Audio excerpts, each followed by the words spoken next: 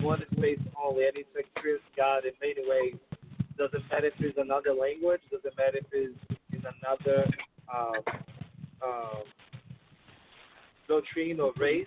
I will experience that because I want to be connected to God and Goddess in many ways. So I'm more a spiritual person today. Yep, I agree with you. That's kind of my philosophy as well. Consider myself more spiritual than a religious person, so I can definitely agree with you on that and everything. And you've actually taught me a lot about the culture of Brazil, and then I want to get my other guests on as well before we wrap up the show and everything. So I do want to give you time to answer this, but you've actually taught me a whole lot about the politics of Brazil as well, because we talk about how mad the politics is around here in the United States, and you've told me a couple of times that Brazilian politics might make American politics look mild. Well, yeah, definitely the politics today. I'm not saying that it's good in America, but in comparison to what we experience in Brazil is horrific. And right, what y'all dealing here is like much easier to solve than what is happening in Brazil. We just went through a coup. The president that was elected with 54 million votes was impeached because she said that the banks and big investors in Brazil should take care of the low-income community. And this is what the party did for many years because of bad connections, allegations they made. She got herself into trouble and she was pushed out of the house. And now we have a misogynist president who hates poor people, specifically black folks. He condemned homosexuality, condemned really public. He says that homosexuality is something that should be banned, and if you can kill homosexuals, you should. It's one of the hate speech that he goes around in public TV and says to people. But I just fear for the future of our nation. And when I say nation, I say the human nation everywhere, because right now we are on a wave of the darkness. There are many countries and people suffering with bad leadership. I just hope we can rise up, stand up together, and fight against this bad energy and bad guys that is definitely trying to destroy humanity. Yeah, definitely. I can agree with you on that. On that note, I do want to get to the other guests and everything. But, Caique, before I get to the other guests, could you tell us how folks can reach you? Oh, yeah. You can find me on social media. You just need to look for Caique Vidal, which is spelled Caique Vidal. You can find me on any social media you use, Snapchat, Twitter, Facebook, Instagram. Also, you can visit my website, caiquevidal.com, and you can have chat with me anytime you want. Very available, very open to talk about my culture and share a little bit more my culture, because what brought me here is what made me the person that I am, the citizen that I am, and I'm very thankful for it. And all I want to do is represent you well and share with more people. Sounds good, and definitely want to keep you on the line and everything. Aduke, before I get to the person that's talking, the medium that we're going to have on as well, could you tell folks how they can reach you? Because we do want to continue the conversation. We still got about 25 more minutes to go. But Aduke, could you tell folks real quickly a website that they can reach you at? Okay. You can reach me on social media. My name is spelled Aduke Aremu. You could also call me at 678-739-6674. Text me. You can go to my website and send a comment at Aduke Aremu Productions.com. Aduke Aremu Productions spirituallyconnected.com. I'm pretty easy to get in touch with. Or Mark, they could simply call you and you will transfer the information over to me because we've been friends for over 25 years. We can just, yes, we have been friends for a number of years, no doubt, and I can definitely make that connection to those folks and everything. I do want both of you to stay on the line. And, Gene, can you see if Alex Sarr is still on the line? Sure can. We'll get it in just 1 second. Are you enjoying the smoothest conversation in podcasting? Straight Talk with Dean and Mark. Hi, this is DJ Smooth Jazz, syndicated radio host and co-owner of Portfolio Group LLC, your smooth jazz lifestyle and entertainment group with offices in Durham, North Carolina. Portfolio Group LLC specializes in promoting the lifestyle of smooth jazz listeners with the promotion of smooth jazz events and the distribution of African American owned wines. For more information, portfoliogroupllc.com, or you can swing by my secondary site, djsmoothjazz.com. Now back to Straight Talk with Dean and Mark.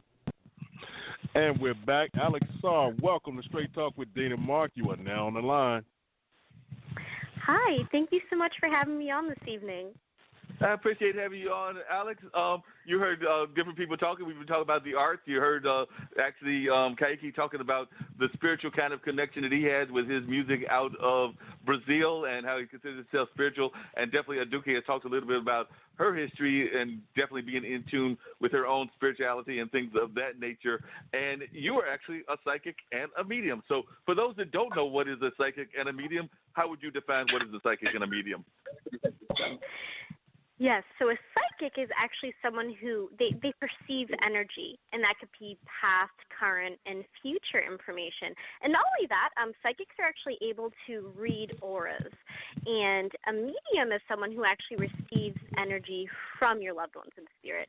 So that's a good question because that's something that can confuse a lot of people. So yeah, there's definitely a good difference right there. And how do you feel spirits communicate with people? I know that sometimes I actually work in a historical building. It's the Haiti Heritage Center, and we, among us, all that work there, and even people that have visited, like Aduke and her friend Calvin, and I would even argue Caique, sometimes feel that they can feel some of the spirits of past people that have lived there, as well as some people, because the building is well over 100 years old. So sometimes people even feel that they feel spirits from decades ago in the building and everything. So how do you feel that spirits communicate with people? I know that we've heard mysterious knocks on the door, heard steps and other things that sometimes would just frighten people, but just about everybody that's worked in that building, because like I said, it is an older building, has talked about the fact that they have heard things that they could not explain. Yeah, well, one of the biggest things that spirit really likes to make you feel their presence. So that explains, when you walk into a building and you can feel that sometimes you get those goosebumps, you feel like a slight tingle. And not only that, spirits really like to leave tangible evidence. They really want to make sure that you know that they're there. So sometimes they can communicate through technology. Sometimes a song will come on the radio that really resonates with maybe one of your loved ones that have passed. Sometimes they can even mess with a TV around you, but a lot of the times, a lot of people will find tangible items that really resonate with them and their loved ones. And a lot of people that are in tune with their senses and have a higher vibration, you can hear, see, and feel. Sometimes you can see spirits. Sometimes you can, hear and feel them. Everyone's really different in how they can really be aware of how they leave those signs for you. Yep, and Caique, are you still on the line there? And if so, I've mentioned it a couple times. I know you come from Brazil, so I've known other people in this building meaning the Haiti building, have felt that they felt some spirits or some connections with other folks that have passed on. Have you ever felt that yourself? If you're still on the line, Caique? Caique might have left the line, but that's all right. We'll come back to that later. But Alex, why do you think that spirits speak through mediums? Well, here's the thing. Mediums, and speaking for myself also, we have years of crafting our skill, and we're able to really raise our vibration, and spirit lowers theirs, and that's how we really make that connect. And spirit, they're really attracted to those high vibrations, and they know if you're able to communicate with them, and they know if you're not. so that's why mediums, they tend to come to mediums. And, what I like to tell people is that we're the messengers. We're the messengers. We're those clear vessels that spirit. They just know, they know that we can really deliver those messages for other people. And so to anybody who wants to talk to spirits, now some people would not want to talk to spirits because I know a lot of times folks, when they think of spirits, they think of ghosts and they think of other things. And a lot of times folks are like, they've gone to the other side. I don't want to talk to them. But then you do have others that feel that they've lost communications with their loved ones and they might want to find a reason to communicate with them. And, of course, there's the stereotypical things that we've all seen in the great movies and everything about communicating with the Ouija boards and things of that nature, but it sounds like you're doing a more scientific version than what is the stereotypical Hollywood version. Right, and that's such a great point. That's such a great point to bring up. And really, what it comes down to is just developing our own awareness and allowing ourselves to really be open to receiving. Because here's the thing, a lot of my clients that I talk to on a daily basis, a lot of them, they talk to their loved ones pretty frequently, and when they do, there's actually an instantaneous connection. And what I tell people, it's comparable to like a phone call to heaven. When you think about your loved ones and when you talk to them, they're able to connect to you, and they want you to be able to receive those messages from them. So it's really about, having your own daily practice, or even, 2 times a week, even meditating. A lot of my clients, they'll meditate, and they'll really learn to open up and tap into their own psychic senses, because each and every one of us are capable of receiving messages from our loved ones. And it's not just mediums, and that's what I try to tell a lot of people. Each and every one of us are really capable of doing that on their own. Because one of the things that I wonder about, and I was wondering what your thoughts are on this are, is that a lot of times it seems to me that if we're honest with ourselves, that when we look at dreams, and I know this definitely is a philosophy of a lot of Eastern religions and Eastern philosophies, but when we look at our dreams, a lot of times they will communicate a message to us.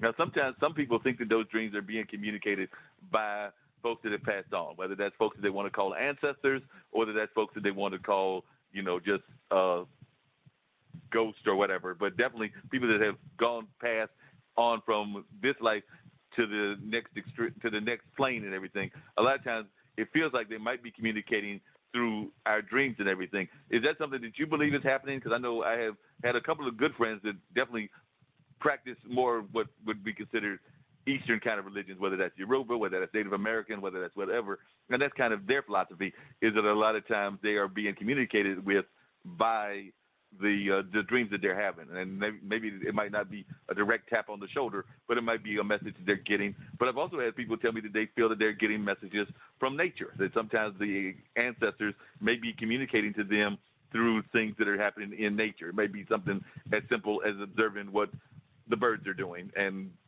using that to figure out what they're going to do weather-wise. Yes, I absolutely. Those are 2 really, really great points. And I'll start off with the dreams. Dreams, it's actually one of the easier ways for spirits to communicate with us. And a really big way to know if it is your loved one communicating with you is when you wake up and you feel a sense of ease and you feel like you're receiving a form of guidance. And an interesting point, too, for those of you guys that, want to be more aware of when your loved ones are communicating with you in your dreams, because it does happen pretty frequently. I've had quite a few experiences with my own loved ones, but sometimes you have certain meeting points in your dreams. If you're someone that's more of a visual person, you'll recognize that there's familiar meeting spots with your loved ones. And on a subconscious level, there's actually an initial agreement between the both of you where you guys have an initial meeting spot, so you're able to really recognize them when they come through. And when it comes to nature, that's a really, really good point also. A lot of times animals will connect with us as, a guide, and through our loved ones. And sometimes they can come through in the form of birds, or a lot of people, cardinals is a pretty big symbolic thing that a lot of my clients experience with their loved ones. And a lot of people can feel a sense of guidance when they do walk out in nature and really, expand your awareness and receive signs that way. So those are 2 really great points about that also. And the other thing that I was just curious about, because I know that this has happened to friends of mine, and I guess it's happened with me on occasion and everything, is do you sometimes think that sometimes spirits or other ancestors, whatever you